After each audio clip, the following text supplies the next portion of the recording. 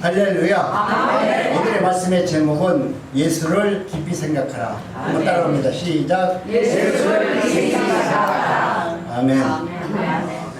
여러분이 다 결혼하셨고 손자도 낳고 이제 삶의 깊이를 알 텐데, 우리가 누구를 한 사람 알려고만 하더라도 그 사람이 어딘가 이렇게 알아보잖아요. 우리나라 사람들이 제일 먼저 알아보는 게 뭔지 아세요? 고향이 어디세요? 전라도입니까? 경상도입니까? 충청도입니까? 그거 알아본 다음에 그 다음 물어보는 게 뭔지 아세요? 나이는 또 어떻게 되세요? 또 그 다음에 물어본 것이 뭔지 아세요? 어떻게 자녀는 몇이나 두셨어요?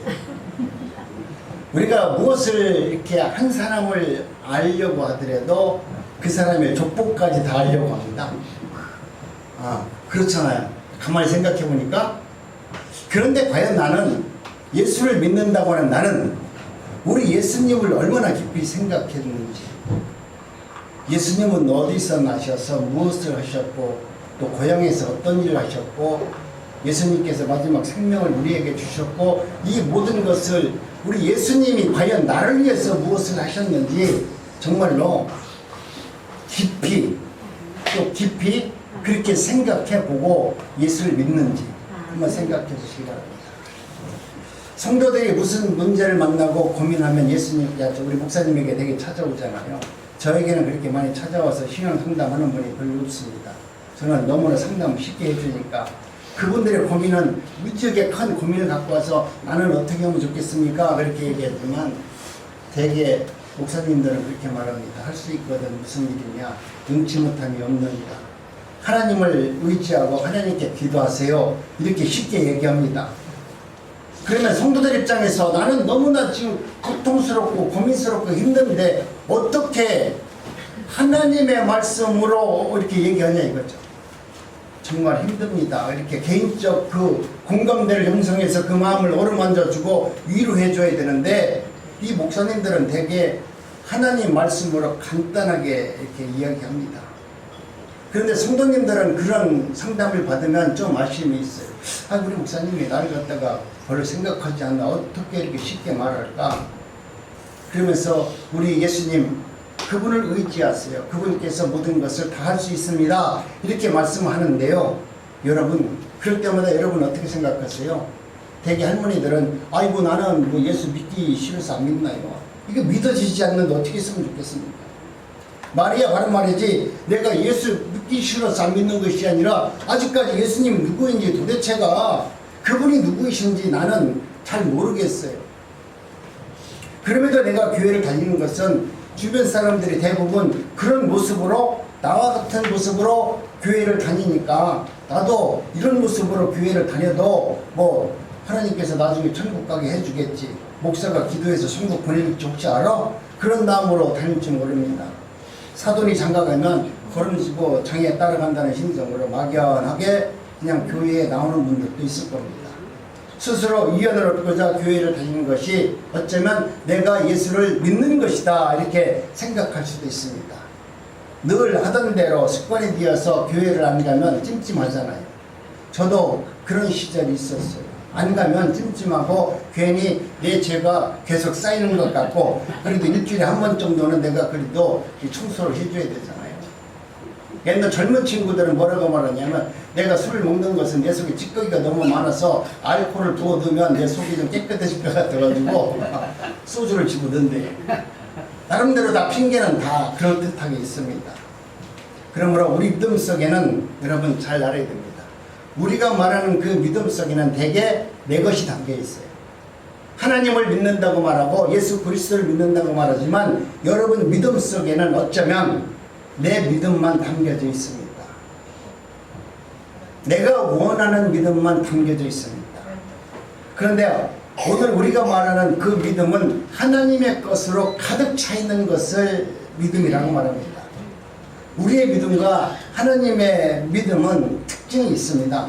그렇기 때문에 오늘 우리는 하나님의 말씀대로 살아가는 저와 여러분들은 내가 믿는다고 하는 믿음 속에는 내 것이 담겨 있잖아요. 내가 원하는 바, 내가 뜻한 바, 내가 생각하고 바라는 바, 이것이 담겨져 있어요.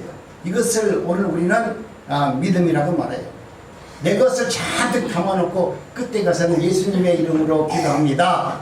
그때는 예수님을 의지합니다. 이 말 한마디로 내가 내 욕심과 욕망을 감춰놓고 그래도 나는 예수를 믿습니다. 지금 이 얘기를 하는 거거든요. 그러나 하나님이 주신 믿음 속에는 하나님 것만 담겨져 있어요. 하나님의 믿음 안에는 내 생각과 내 뜻과 내 경험이 담겨져 있어요. 그렇기 때문에 하나님이 주시는 그 믿음은 매우 신령한 것이다. 왜 그러냐면 세상 것 찌꺼기가 담겨져 있지 않고 내 욕심이 담겨져 있지 않고 오직 하나님의 것만 담겨져 있기 때문에 그렇습니다. 이것을 우리는 영적인 것이라고 말합니다.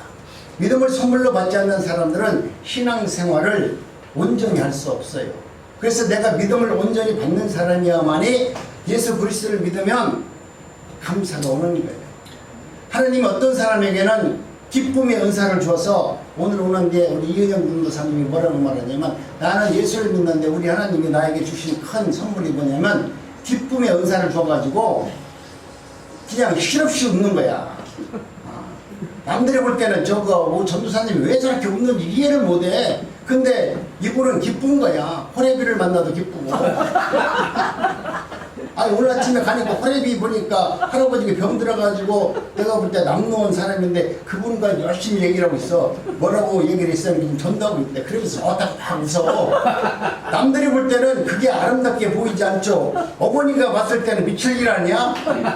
호레비를 붙들고 막 좋다고 막 얘기하고 있으니 어머니가 권사님이 계셨는데 권사님은 그것만 보면 옛날에 아이고 목사님 좀 제 좀 저거 안 했으면 좋겠어요. 에? 그렇게 얘기하셨다고. 그런데 내 안에 기쁨을 주니까 그 사람 처지가 중요한 것이 아니라 그 영혼이 불쌍하니까 내 속에 있는 예수를 증거하지 않고는 내가 견디지 못하는 거예요. 그 믿음이 여러분들에게 있어야만이 여러분도 환경을 초월해서 기뻐할 수 있고 감사할 수 있어요. 여러분 그런 기쁨이 여러분 삶 속에도 충만해지기를 원합니다. 하나님이 주신 믿음은 우리 인생 살아가는데 사실 별 도움이 안 돼요. 하나님을 믿으면 복을 받고 능력을 받고 축복을 받고 얼마나 좋아요. 그런 거 다 받으면. 그런데 하나님이 말씀하시는 복은 이 땅에서 말하는 축복이 아니거든요.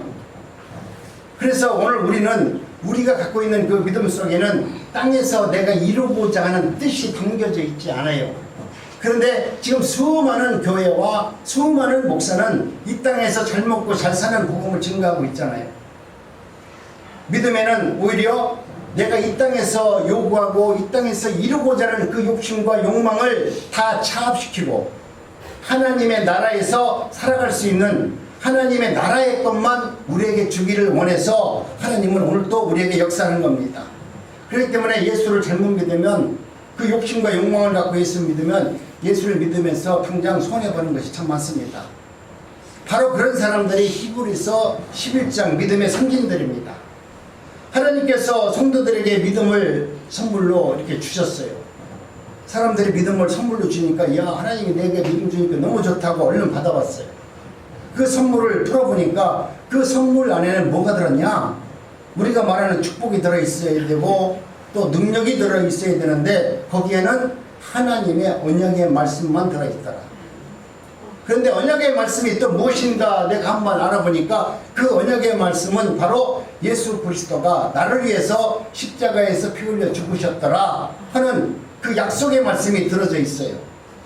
그래서 예수님이 나를 위해서 죽으신 그 피가 무엇인가 그러면 또 알아보니까 그것은 오늘 우리들로 하여금 이 세상에서 심판을 이기고 세상의 그 어떤 죄로부터 정죄함이 없는 정죄함을 막아주는 하나님의 놀라운 능력이라는 것을 알게 됩니다. 여러분 오늘 우리는 이처럼 하나님이 우리에게 주시는 그 능력 그 믿음은 바로 우리들로 하여금 세상에서 당하는 영원히 죽을 수밖에 없는 그 심판을 이기고 세상의 어떤 죄로부터 정죄함을 받지 않는 하나님의 나라의 백성으로 삼아주는 의로운 능력이 담겨져 있는 겁니다. 그래서 히브리서 11장은 흔히 우리가 말할 때 믿음의 장이다 이렇게 말하고 있습니다. 그래서 히브리서 11장은 믿음을 말해주고 있습니다. 그런데 재미있는 것은 아벨로부터 시작해서 에녹으로 노아로 아브라함으로, 모세로 이스라엘로, 그리고 사사로 다윗으로부터 이게 발전해서 신약으로 넘어오면 12제자들로부터, 그리고 바울로, 그리고 초대교회 성도들로 하여금 오늘 우리들에게 이 복음이 전해진 것입니다. 믿음은 인류 역사가 시작되면서부터 우리에게 주어졌고 하나님의 뜻 가운데 역사하셨고, 또 하나님께서는 그 인류 역사가 시작됨으로부터 그 백성들에게 믿음을 선물로 주셨습니다. 믿음의 선진들은 믿음을 받아 이렇게 주셨는데, 그 선진들이 그 보따리를 받고 보니까 뭐라?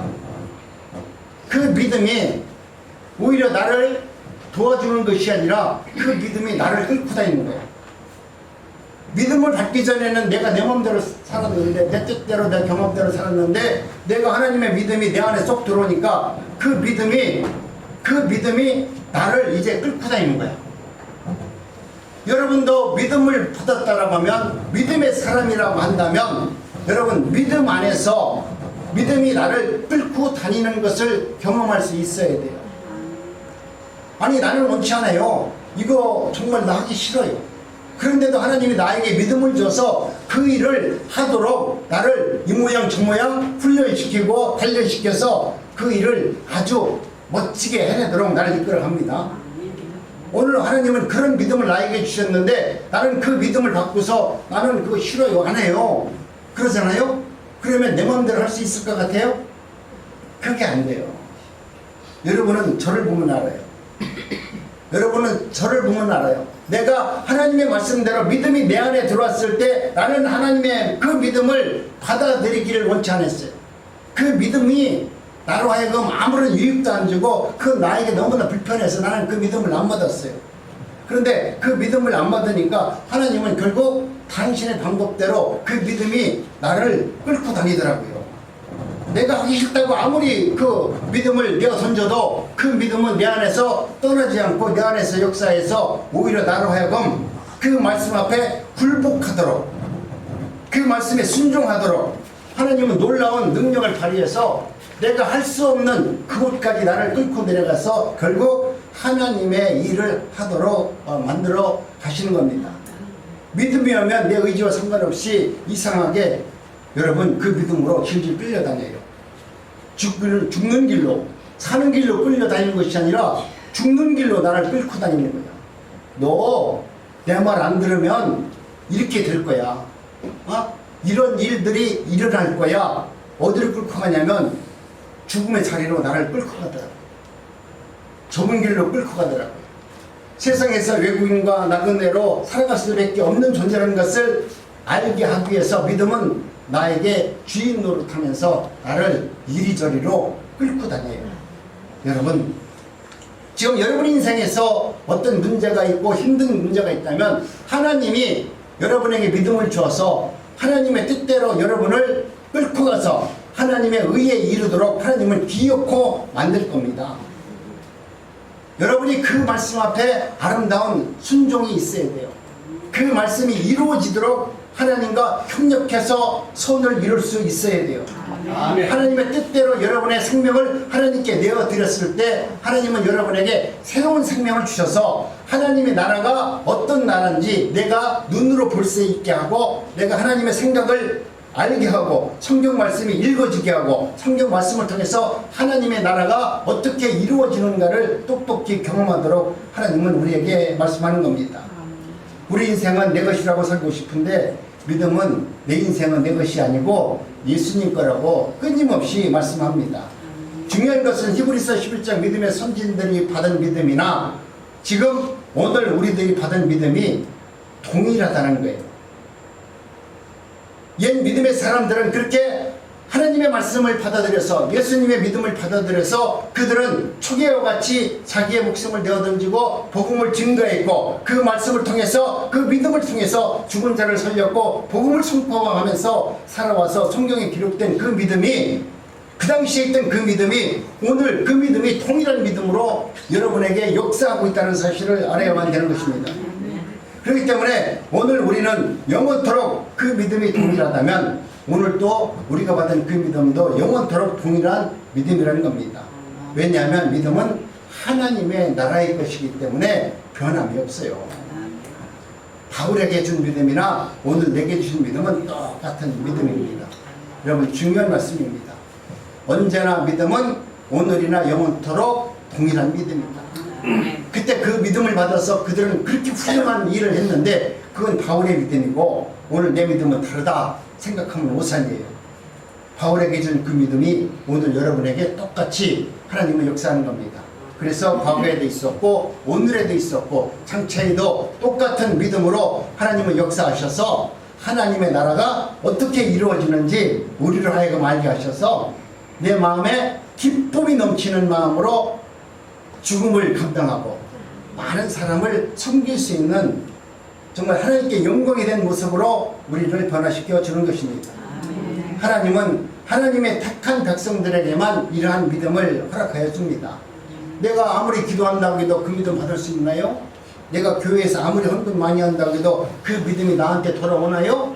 그 믿음, 여러분이 와서 교회에 와서 헌신하고 봉사하고 찬양하고 예배 드리는 것과는 하나님이 주시는 영적 믿음은 다른 거예요. 내가 뭔가 꼭 이루어서 믿음을 얻으려고 한다면 그것은 잘못된 믿음이에요. 오늘 하나님께서 내게 주신 그 믿음이 오면, 그 믿음이 나에게 덮쳐오면 나는 내 이웃을 사랑하지 말라 하더라도 이웃을 사랑하고 호레비를 만나도 무서워하지 않고 복음을 증거하지 말아게도 복음을 증거하는 사람으로 하나님이 만들어요. 아멘. 여러분이 인위적으로 내가 믿음이 있는 것처럼 하는 것과 차원에서 하는 것은 전혀 다른 겁니다. 하나님이 주시는 이 놀라운 희락은 차원에서 하는 거예요. 그래서 내 것을 마음껏 나눠드려도 얼마나 행복한지 몰라요. 그런데 남들에게 보여주는 믿음은 늘 갈급해요. 기도 하나면 뭔가 잘못된 것 같고, 내가 뭔가 안 드리면 내가 이래서 잘못된 것 같고, 내가 기도 안 하니까 하나님이 또 나에게 벌을 내리는 것 같고, 여러분 무당 같은 신앙으로 살다가 영원히 죽을 수밖에 없어요. 하나님께서 우리에게 주시는 그 신앙은 너무나 진리 안에서 자유를 허락해 주셔서 우리를 하여금 기쁨으로 모든 것을 다 감당하도록 하여 주는 것입니다. 아멘. 하나님으로부터 일방적인 선택을 받은 하나님의 백성들이라면 세상에서 사실은 많은 어려움과 역경을 당할 수밖에 없습니다. 어쩌면 고생할 수 있습니다. 구약의 선지자들이 그런 모습으로 살았습니다. 물론 히브리서에 있는 믿음의 선지자들도 그런 길을 걸었습니다. 선지자 중에서 그런 분이 바로 에레미야 선지자인데요. 에레미야 선지자 1.5절에 보면 이렇게 말합니다. 내가 너를 북중에 지기 전에 너를 알았고 내가 태어나서 나오기 전에 너를 구별하였고 너를 열방의 선지자로 세웠기로 이렇게 말합니다. 하나님께서 에레미야를 북중에서 지키도 전에 너를 특정해서 뭐를 만들어놨냐면 선지자로 너를 지명하셨다는 거예요. 이미 창세전에. 그런데 에레미야가 이것을 모르면 괜찮은데 에레미야가 기도해 보니까 하나님께서 나를 선지자로 불렀다는 것을 알게 됩니다. 그러면 사람들이 되게 그럴 거 아니에요. 아이고 선지자를 불렀으면 얼마나 좋아. 그 당시 지금의 목사보다 그 당시 선지자는 사람들에게 존경받았어요. 어쩌면 한 나라의 왕과 동일한 능력을 가진 사람들이에요. 그런데 에레미야는 그것을 받고 뭐라고 말하는 줄 아세요? 오늘 우리는 그걸 받으면 야 내가 하나님께서 나를 부름받아서 목사를 만들어줬으니 얼마나 감사해요. 제가 옛날에 잠깐 신학교에서 그 학생들을 만나서 전도사 한다고 하는 사람들 만나서 상담을 해보니까 그들이 그래요. 당신 뭐더러 신학교에서 공부하려고 그래. 그러면 하나님이 나를 갖다가 택하셔가지고 하나님 놀라운 능력을 줘가지고 하나님 나 목사 만들어주려고 그랬다고. 그래서 내가 신학교 왔대. 왜? 전부 다 하나님이 택해서 나는 정말 하나님께서 그 귀한 소명을 줬기 때문에 내게 그 사명을 줬기 때문에 나는 그 사명을 이루어야 된대. 네? 그렇게 말하더라고요. 그런데 에레미야는 뭐라고 말하냐면 내가 너를 선지자로 세웠다 이렇게 말하니까 6절에 뭐라고 말하냐면 가로되 슬프도소이다. 주 여호와여 보소서 나는 아이라 말할 줄도 모르는 사람인데 왜 나를 택해서 하나님의 종으로 세우시려고 하는 겁니까? 지금 이렇게 말하고 있습니다. 하나님께서 에레미야야 내가 너를 복중에서 짓기 전에 이미 선택하였다. 그래서 에레미야는 너무 슬프고 괴롭습니다. 왜 이렇게 말하냐면 내가 선지자가 무엇을 해야 되는지 알고 있다는 거예요. 하나님이 나를 택하셨다면 택한 사람은 어떻게 살아야 되는지 알기 때문에 에레미야는 나는 어린 나이라 그런 거 못하겠어요. 할 수 없습니다. 내게 준 사명을 걷어가 주세요. 그렇게 말하는데 하나님께서는 그렇게 말하지 않습니다. 에레미야는 사명을 받고 아이고 나는 망했다. 내가 세상에서 한번 나도 잘 먹고 잘 살려고 나왔는데 어떻게 하나님은 나를 갖다가 선지자로 만들어가지고 예수님과 같이 십자가에서 죽는 그런 사람으로 나를 만들었습니까? 내 백성들의 죄를 하나님께 고발하고 그 백성들이 잘못됐다라고 내 입으로 선포해서 그 백성들을 책망하도록 나를 세웠으니 내가 그 백성들을 책망할 때 나는 너무나 괴롭고 힘드니까 날마다 눈물을 흘리면서 기도할 수밖에 없었어요. 그렇기 때문에 자신의 운명을 알았기 때문에 에레미야는 슬퍼했습니다. 오늘 저와 여러분들도 하나님이 나를 택하셨다면 여러분 기쁜 부분도 있지만 나를 구원해 준다라고 하는 영원한 축복은 있지만 여러분이 하나님께서 우리를 부르셨고 택하셨고 우리로 하여금 하나님의 일할 수 있는 종으로 하나님의 사도로 하나님의 정말 집사로 권사로 장로로 목사로 세워졌다면 그 직분에 맞는 일을 하는 것이 무엇인가, 그것을 통해서 하나님이 무엇을 하기를 원하시는가, 그 뜻을 에레미야 같이 알아서 여러분도 그 말씀대로 살아가려면 내가 철저히 기도하고 말씀을 묵상하고 하나님의 뜻대로 그것을 살아내지 못하면 나는 온전히 하나님께 영광이 되지 못한다는 것을 생각해 보면 여러분도 탄식해야 돼요. 하나님 이제 놀러다니는 거 다 끝났습니다. 이제 정말 내 희락을 위해서 나를 위해서 사는 것은 끝났고 오직 하나님을 위해서 살아가야 되는데 내가 나이가 지금 청청한데 지금부터 그렇게 어떻게 살아요? 젊어서 좀 놀다가 힘없을 때 어떻게 그렇게 불러주면 좋은데 내가 이렇게 청청한데 지금 불러가지고 나를 그렇게 하라고 하면 내가 거기에 순종할 수 있어요? 나는 못해요 라고 여러분도 에레미야 같이 하나님 앞에 좀 대들어 봐야 돼요. 그 사실을 알아야 대들죠. 여러분이 내가 할 일을 알지 못하니까 하나님께 대들지 못하는 거예요. 지금 에레미야는 내가 태어나서 어떤 일을 해야 하는지 그 소명에 정확히 자신의 생명을 알았기 때문에 하나님 앞에 대적하는 거예요. 왜? 하나님 나를 갖다가 미리 선택해서 세상에 나와서 눈물을 흘려가면서 내 백성을 위해서 기도하도록 나를 만들었습니까? 놀 시간도 안 주고 저 백성들의 죄를 날마다 하나님 앞에 고발할 수밖에 없는, 고발해야 하는 그런 직장을 왜 나에게 주셔서 내가 그 일을 왜 감당해야 됩니까? 라고 눈물을 흘리면서 기도했습니다. 여러분, 오늘 우리는 하나님이 나를 부르시면 내가 어떻게 살아야 되는지 알게 되면 과연 그렇게 할 수 있느냐, 내 자신에게 스스로 물어보고 늘 내 자신을 바라보면서 하나님, 나는 이렇게 하나님께서 택해 주셔서 하나님의 말씀을 증거하고 하나님의 말씀대로 살 수 있도록 은혜 주심을 감사합니다. 여러분, 진짜 복음을 전하는 자들은 가짜 복음을 전하는 자들에게 쫓겨나고 책망하고 욕을 먹습니다. 지금 요즘 세상이 그렇잖아요. 이단들이 정통 교단을 갖다가 우습게 해서 얘기해요. 이제는 예수님을 믿는다고 하면 야, 니네 교회보다도 우리 교회가 훨씬 낫다. 이단들이 지금 그런 형상으로 지금 복음을 증거하고 있습니다. 이것은 무슨 말이냐면 영리 현상들이 일어난다는 거예요. 앞으로도 점점 하나님 말씀 안에서는 오늘 진리의 말씀이 비진리한테 먹히는 그런 일들이 능히 일어난다고 말합니다. 그런 것을 바라보면서 여러분 가히 잘못됐다 말하지 말라는 겁니다. 이런 괴이한 현상들이 지금 교회 안에서 일어나고 있습니다. 진짜 예수쟁이들이 가짜 예수쟁이들한테 책망받아요. 앞에서 권사님 우리 전도사님 앞에서 찬양을 막 부르고 할렐루야 하잖아. 뒤에 있는 사람은 아이고 참 예수님 믿어 별 희한하게 믿네 그런다고요. 네? 하나님의 은혜가 감사해서 찬양을 열심히 불러요. 박수를 치고 그 감사를 감격해서 열심히 찬양을 불러요. 그런데 뒤에 있는 분들은 뭐라고 하냐면 내가 들어보니까 아니 믿어도 저 이상하게 믿네. 뭐 하나님 믿는데 박수를 치고 혼자 좋다고 해서 이렇게 펄떡펄떡 뛰냐 그래요.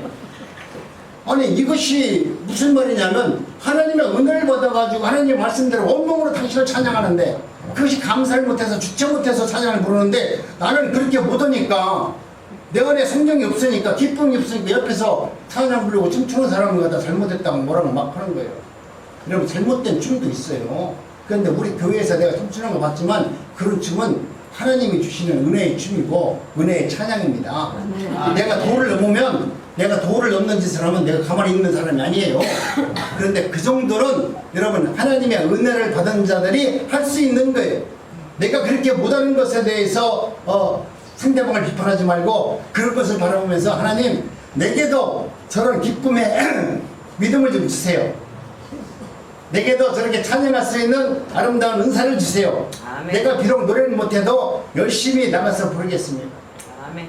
제가 말씀드렸잖아요. 우리 교회가 꿈이 뭐냐면, 우리 80대 찬양단 한 50명 만들어가지고 그 50명이 나가서 CTX에 나가서 전 우리나라 교회에 나가서 80대 노인들이 나가서 찬양을 아름답게 워십으로 이렇게 부르는 거예요.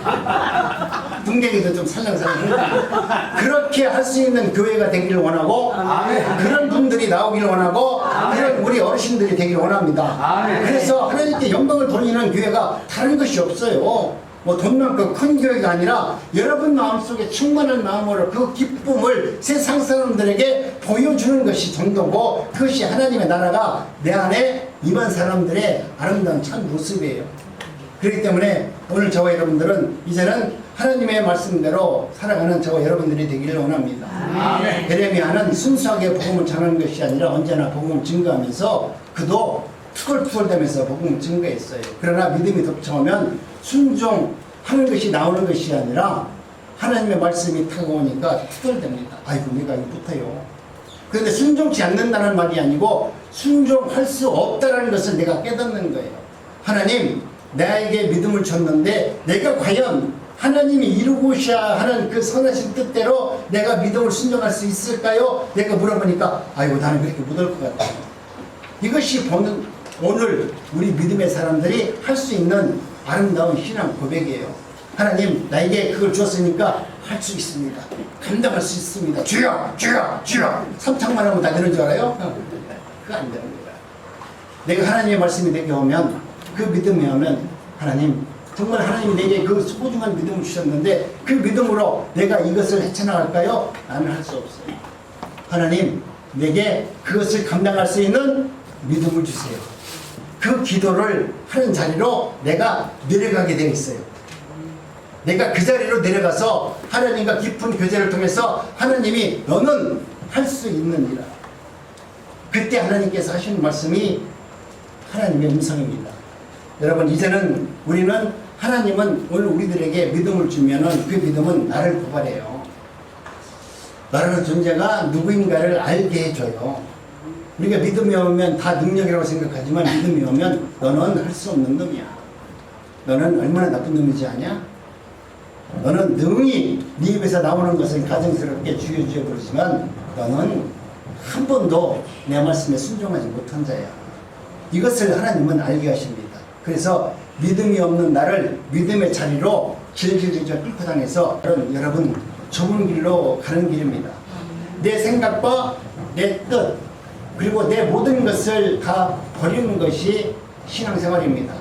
그런데 인간의 본성은 넓은 길로 가기를 원하고 하나님의 뜻과는 역설적인 삶을 살아내는 것이 우리 인간의 본성입니다. 그래서 하나님은 우리에게 믿음을 주셔서 우리가 원함과 상관없이 예수 그리스도의 십자가의 길로 예수님이 가셨던 그 길로 우리들을 이끌어 가십니다. 그런데 여러분 그 길로 걸어가다 보니까 우리도 얼마나 힘듭니까? 그러니까 원망합니다. 아픔이 오니까 아프죠. 그렇게 발생하는 것이 바로 예수 그리스도의 십자가가 무엇인가를 우리가 철저히 깨닫고 그 은혜 가운데 살아가도록 만드는 것입니다. 신앙생활, 하나님의 말씀, 그 믿음이 내게 덮쳐오면 우리 인생은 너무나 아프고 힘듭니다. 아니 그 믿음이 오면 기뻐해야 되는데 이제는 그 말씀 앞에 붙들려서 도망가지도 못해요. 하나님의 말씀대로 산다는 자체가 여러분 고난 중에 고난입니다. 하나님의 손에 붙들리면 도망갈 방법이 없어요. 아무리 내 뜻대로 내 생각대로 요나처럼 하나님 당신이 아무리 무슨 말을 한다 할지라도 나는 내 나라 원수인 그 나라에 가서 하나님께서 주신 그 말씀을 나는 증거하기 싫어요.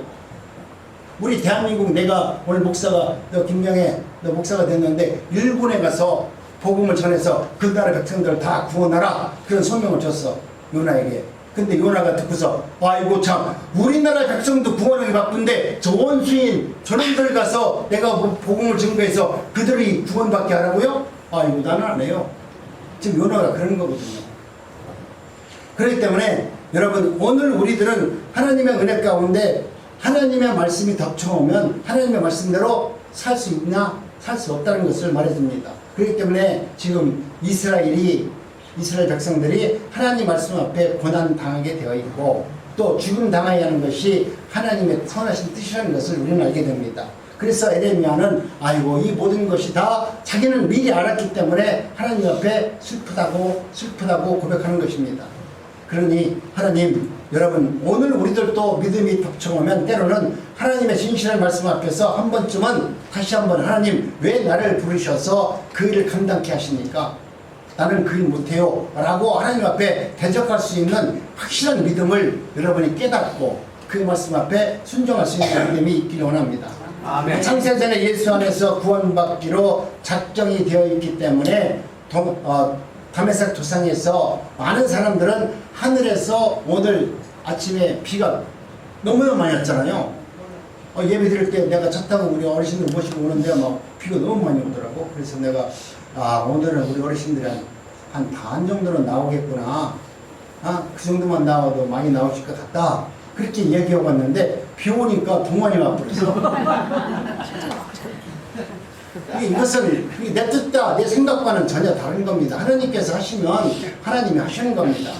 그런데 하나님께서 내려오는 그 벼락 천둥을 칠 때 우리는 믿지 않는 사람들은 다 벼락을 치고 천둥 소리를 알아들었지만 거기서 바울 사도만이 예수님의 음성을 들어요. 수많은 사람들이 다 듣는 것이 아니라 그 많은 사람들은 그것이 천둥이고 벼락이고 빗소리로 들었는데 그 빗소리와 그 천둥 소리가 하나님의 음성이라는 것을 바울 사도는 알게 됩니다.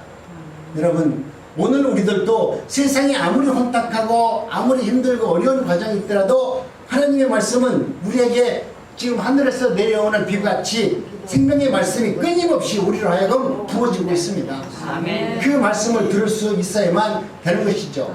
예수님이 바울에게만 나타난 것이 아니라 오늘 저와 여러분들에게도 나타나셔서 하나님이 누구이라는 것을 알게 하시고 우리의 운명을 하나님의 사람으로 만들어 주시는 것입니다. 아멘. 그렇기 때문에 바울 사도는 이것이 하나님께서 나에게 찾아오셨는데 이 운명은 내가 바뀔 수 없는 것이다.